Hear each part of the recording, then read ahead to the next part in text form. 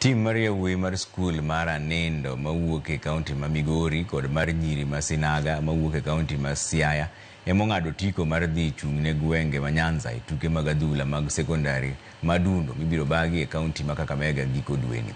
Yawuot Anendo norodho yawuot Karapol gonde 2-0 ka nyiri mag Sinaga to nochwado Otieno mawuok e county ma Kisii gol 1 kuom ling thi e finals. Director mar weche tuke e county ma Homa Bay Collins Kale nojiwo joloch mondo med timo orako motegno mar neno ni gibiro kawo loch nyaka e piem mag nationals. E kindeno, jatend migawo mar weche tuke e county ma Siaya Angeline Oduol bende nowacho ni tukego manobagi e county ma Siaya omiyo johala oyudo yuto mabup.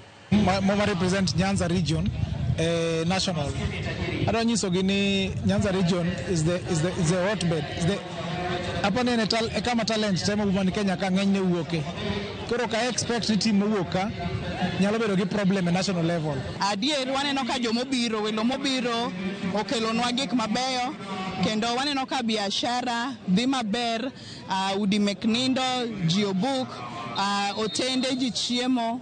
Omiyo bedo gi gimoro aina ni en gima ber e county. As a county, we are happy to host all the teams in this modern facility which is newly built, and we are looking forward to working together with the Ministry of Education and all the schools and the county officials and regional officials who are managing sports activities in our schools. We are seeing young talents here, upcoming talents that tunaona tukiwapatia time na tukiweza kwa groom vizuri zitakuja kusaidia nchi hapo mbeleni.